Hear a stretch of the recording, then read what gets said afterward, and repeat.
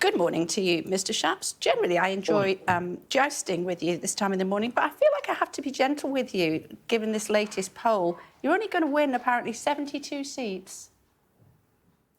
Morning, Kate. Well, look, as I would have said previously, no one's voted yet. Opinion polls are a snapshot at that moment in time.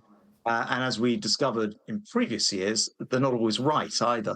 So we're, to be clear, fighting for absolutely every single vote. I'm out on the doorstep throughout the day, making this point that we can't risk having a very large, or a Labour government at all, or a very large Labour majority, a so-called supermajority, would be very bad news. Higher taxes for everybody, on your home, on your car, on your job, on your pensions, because that is what they have in store for us. And we're making that point loud and clear as a warning that that is what could come down the line if we had a very large unchecked majority.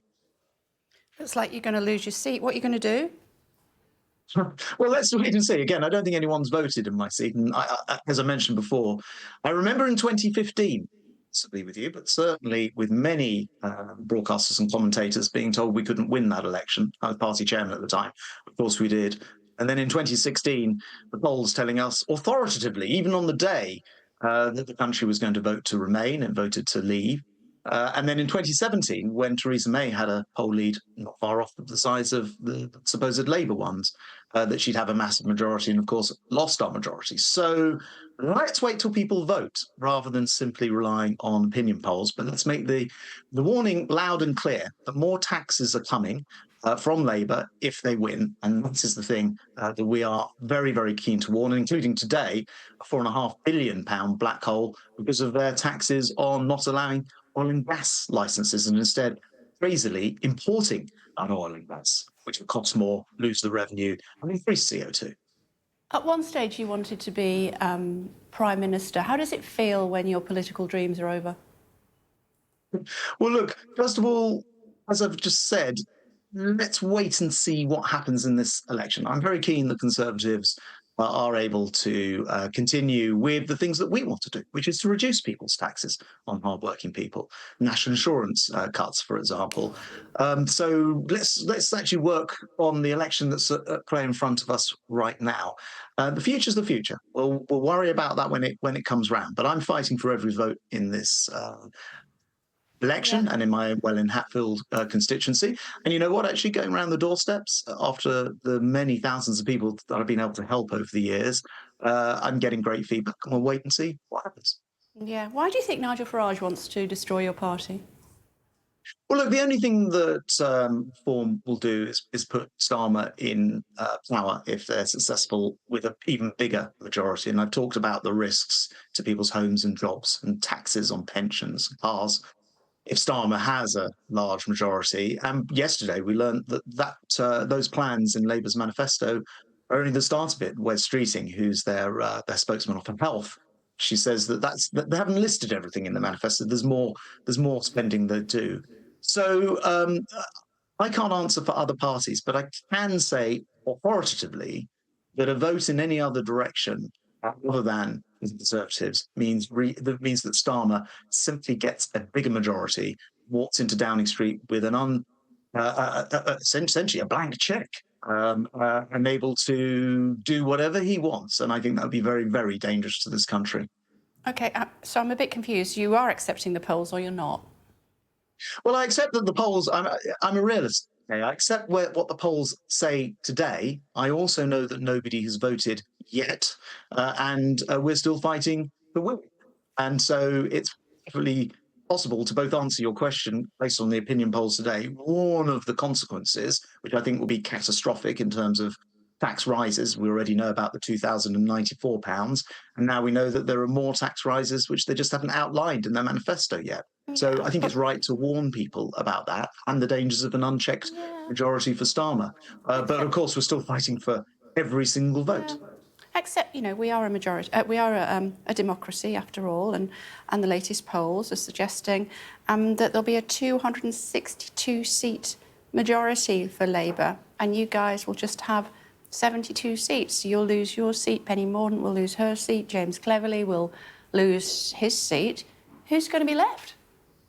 Well, look, I don't believe those polls are accurate based on my own canvassing, so knocking on doors and talking to people. I think there are a large number of people who are saying still that they're undecided. But as they start to focus in on, well, what would Starmer government do? What would it do if it had a large majority? Or I already talked about the taxes that they'll raise. I won't go on about that again. They also plan to release everybody who's currently been rounded up to be deported with illegal asylum claims. So we know that there's no great desire to resolve that problem. We know they'll introduce French-style labour laws, which means that unemployment will go up, as it has in every single Labour government in the history of this country. So we know that people's jobs will be at risk. And I think as we get out there and make this case, the actual voting, as opposed to the opinion polls, is very likely to narrow as we get towards July the 4th. Yeah, public know that, and they still want to reduce you to double digits. Well, as I say, most of these polls strip out people who are still saying they're undecided. I don't think that would be the outcome, but we will have to wait and see, Kay. You're right, we live in a democracy. I was at NATO last week and I was at Trooping of the Colour at the weekend, and both of those events were good reminders of what we're fighting for example, with the war in Ukraine, which is the freedom to be able to decide these things unfettered and in a democratic manner. I'm a Democrat, and I would therefore, of course, accept whatever it is that people think. I actually happen to believe that confronted with the realities of Labour coming in and revaluing your home for a council tax revaluation, or not cutting your taxes on work by not following through on the national insurance cuts, or raiding your pensions, just as Gordon Brown did the last time round, or not increasing the state pension tax-free amount in line with the amount that the state pension goes up, which is our policy, not Labour's policy, so effectively taxing people's pensions. If people start to see and think about all of those things, I think we will see a much closer election than people are predicting today. It was the D-Day gaffe that did it, wasn't it, really? Well, as I say, I mean, I think we talked about this last week. I don't think there's a prime minister in British history who's done more support veterans in terms of putting a veterans minister in his cabinet. Himself and his wife support veterans charities as quietly, but I think as is known. He has unleashed a whole load of new reforms for veterans, including, for example, proposing changes to the way that they're taxed. So yes, I think it's unfortunate. It was a head of state event, and he was represented, or rather, the country was represented by Prince William. So we've covered this ground many, many times, but I don't think there's any doubt that that Rishi Sunak backs our veterans, not least because he spent 2 days in Portsmouth and Normandy backing British veterans as well, of course. Yeah, in all seriousness, what will you do after the election? I think you've got a pilot's licence, haven't you?